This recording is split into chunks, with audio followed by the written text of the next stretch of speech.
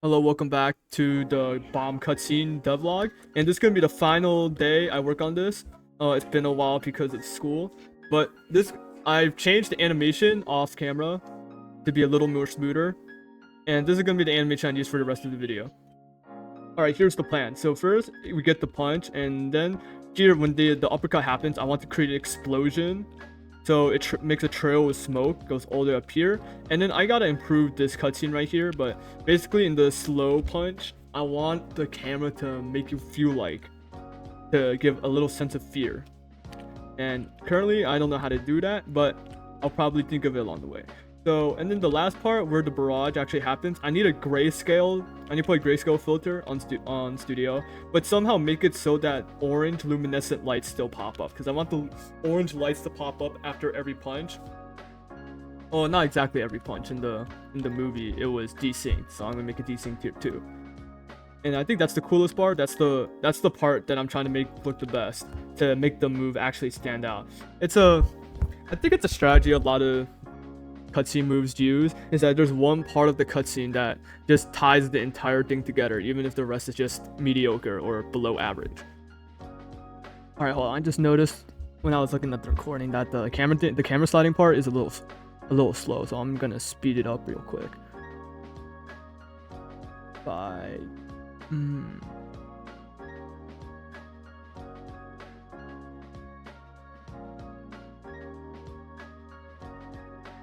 That's weird. Trying to sync up the server with the local script is always a annoying order.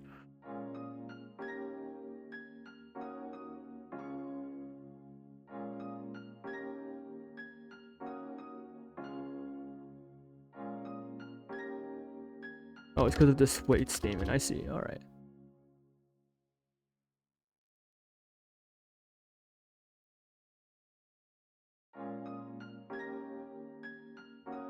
All right, there we go. Now I should probably adjust the eye zooming thing.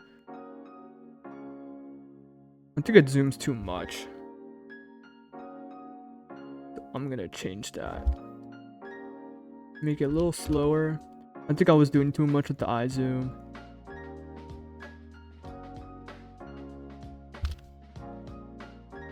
Short magnitude, make it subtle. And we need to decrease the up vector because it goes up too high. Way too high. Oh my god. Now if we adjust these values, we should have better looking, more accurate looking. Alright, now I have a new issue here. So I have a timeline of all the events that happen in the animation. And the eye zooming part should be 2 seconds long total. Okay. So this is the camera going sideways here. And then this is when it goes up slowly a little bit. It cam logs for 2.3 seconds. Why is it 2.3? I have no idea. It should be 2 seconds.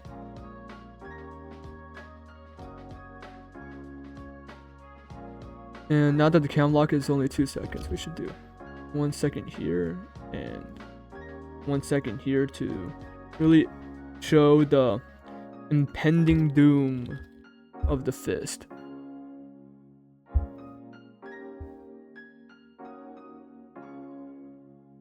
Maybe I should add something to show. Ooh, I have an idea. The fist enters the camera for a second, so maybe I don't even need the zooming stuff. I just make it very subtle, so it barely changes at all.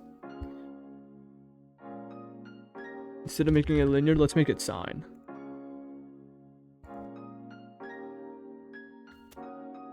The fist slowly enters into the frame, giving that effect, that dread, that anticipation feeling. Where'd my character go? Yo, that wasn't part of the script. Nothing I've done should have changed that. Oh, that's a weird bug. Alright. Ooh, maybe I should do a side camera instead. Oh my god. Okay, that actually solves a lot of the issues since this camera zoom in effect doesn't actually look too great. Alright, got my internet back and time to change the script so it's a side view instead.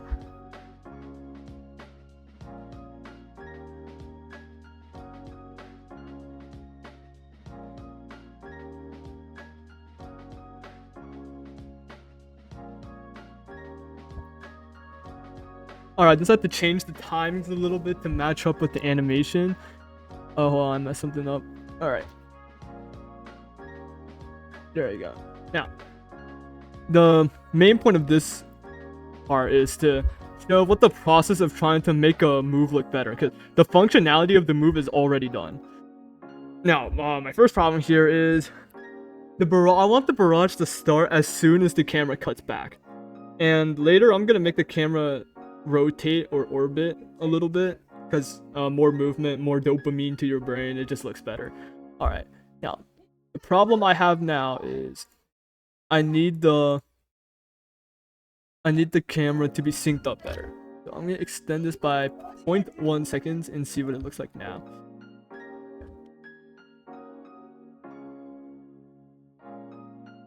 Don't know what my head's clipping there.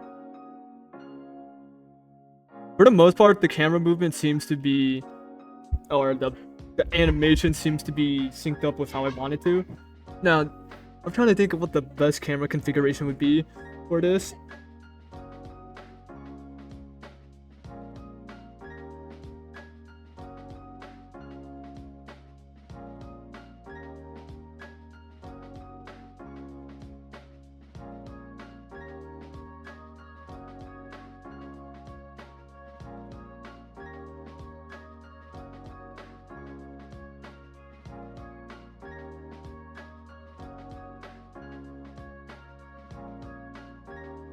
Alright, I got a good camera angle that I really want to use. I know I said I was gonna do some reanimation, but this reanimation made this look better. Alright, so we got the camera angles all synced up now, and we got this, and then it switches to the upward punch, and then it ends.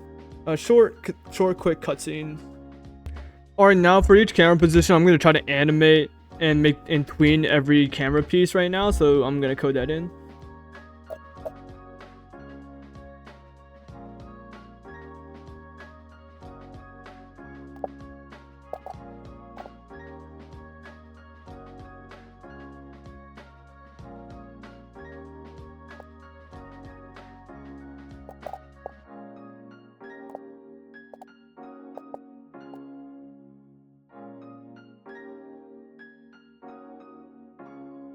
Alright, that wraps up the camera change.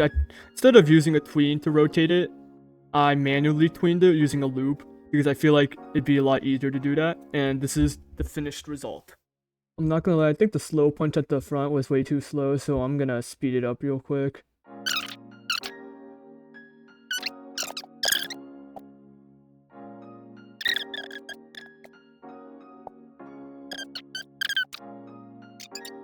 I had test leaks, so I had to take a long break from production. Anyways, this is what I've got now. I smoothed out the animations, add the rotating camera bit, and it looks pretty nice. Now all I have to do is add the special effects, and the cutscene will be complete. So for the barrage effect, there's a grayscale, and luckily highlights aren't affected by grayscale filters. So I'm gonna make a highlight and then make a bunch of orbs stacked on top of each other to make it look like light. Alright, highlights don't work when you make the part transparent, so we're gonna have to do another solution, another way to fix this. Alright, after asking ChatGPT for a solution, you can use viewport frames to exclude things from the grayscale, so that solves all my problems. Alright, I have this 2 orb thing that I'm just gonna apply into the viewport frame. This is what it looks like. And then in the viewport frame, it's gonna expand to make the effect. And I'm gonna code that in real quick.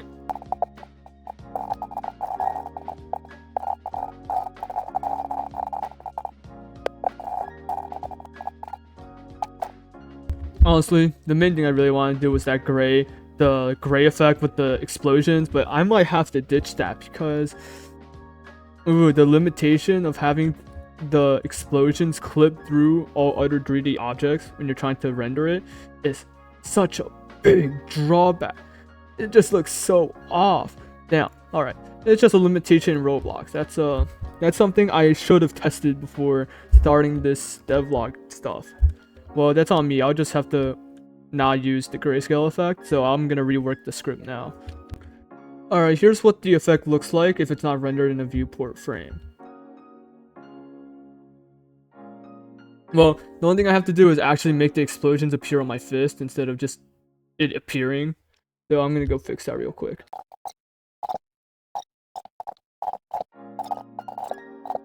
Alright, after doing a bunch of polishing on the effect, this is what I've got so far, and honestly, this looks a lot better than what I was trying to attempt before, so we're gonna roll with it. And finally, we can get to the rest of the effects. Alright, this is where my assets from the last video come into play. I'm just gonna use the half explosion and point it up. Then attach the smoke attachment to the victim.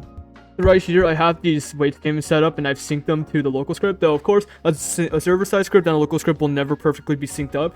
But this is fine because I'm pretty sure the cutscene will still look decent on the local side, even if the explosions are a little desynced. The main reason I'm putting the explosions all on the server side is so the server can see the cutscene occurring.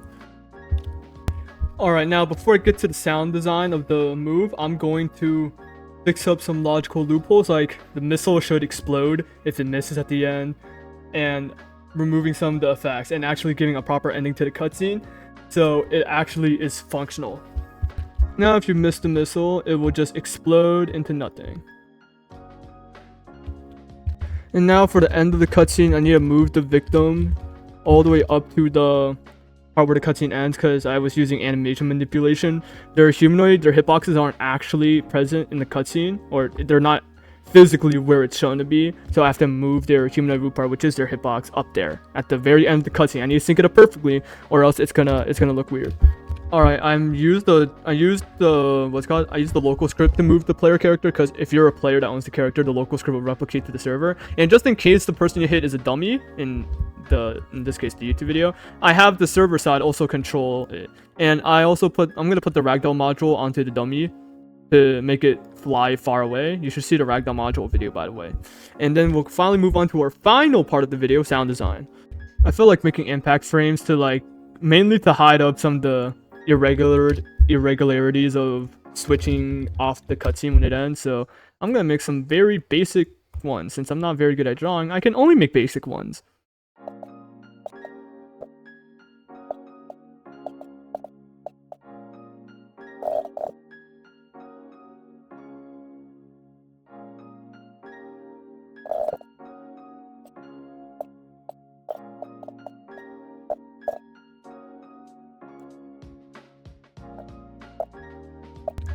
I finished drawing it. I already created some in some previous takes, so this is what they look like. And since these look pretty terrible, they're gonna only briefly appear on screen. You can't even tell. It's gonna appear so fast you can't even tell what it is, except for it looks kind of circular. And that should mask up the end part. I could have made it into a more higher quality one, but ooh, I'm getting tired of working on this, I can't lie. Alright, for some reason the impact frames aren't loading, but this is what I have right now, and we're gonna finally transition into the last part of this video, which will be the shortest part since I don't want to show the process of getting sound effects for every single part of this move.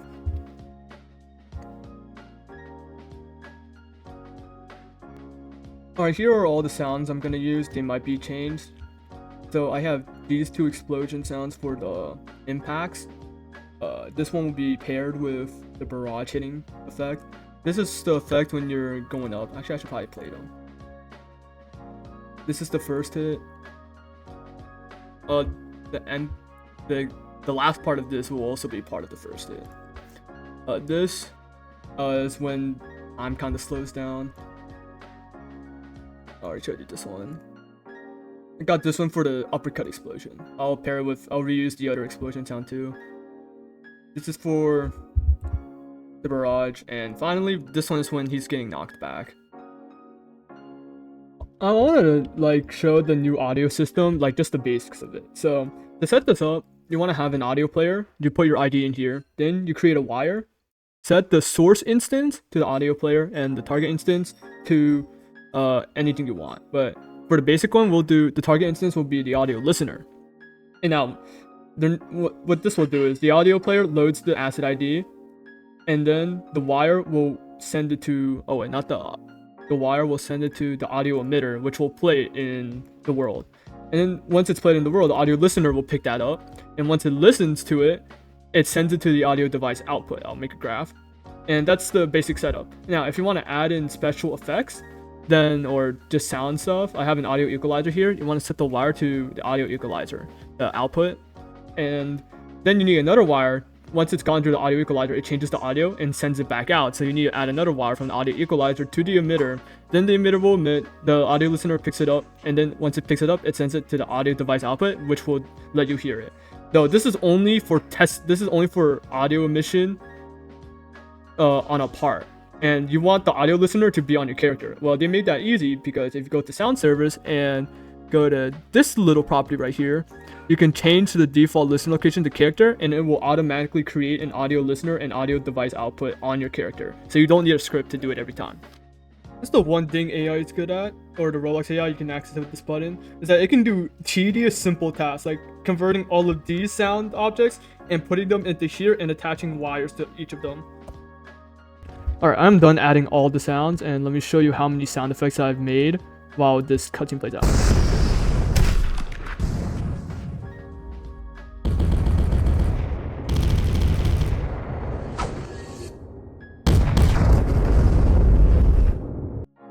Alright, here are all the sounds that I sampled from the toolbox. I got every single one from the toolbox.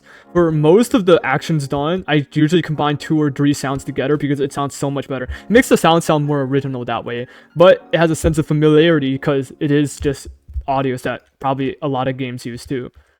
And now, for the final bit, I'm going to add the end explosion and probably fix the impact frames, or just remove them. They're a hassle. Decals are a hassle. I only use the physical ones where I draw using attachments. So, I looked back at my old impact frame video and found out how I made the glowing objects. I just put the image on a beam, and you can make the beam glow. So I'll be using these for the impact frames now. Also, they load in automatically, so I won't have that white screen problem with the impact frames before.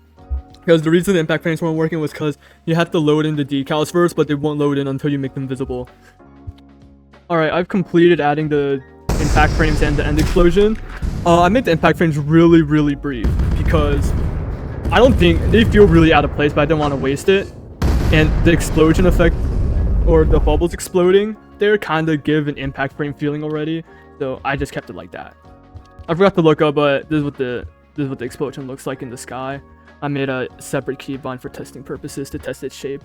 Usually this is the longest part of creating a move, which is polishing the move after creating its first draft. It's like an essay. You gotta revise it over and over again to make it good. And I believe the same applies to Roblox moves. Now, I didn't take too much time to make it look better because, like I said, it takes the longest amount of time. And this will be the complete product for this devlog, which has taken way too long. It's been a long time since I uploaded because of school, and school's priority, obviously. I'll probably do some easier to make videos, or maybe even more little devlogs where I split into more pieces, because I said this was going to be the final part and I wanted to make sure of that. Now let's see the final product.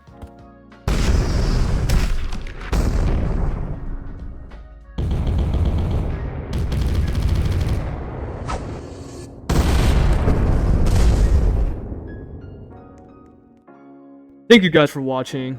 It's been a while because of school. Second semester is terrible. Anyways, for future devlogs, if I ever decide to do more devlogs where I just work without like teaching as a priority, I will split it into more parts since I'll have less time for each week. I want to try to maintain a weekly upload to slowly build up a viewership base. Now, thank you for watching.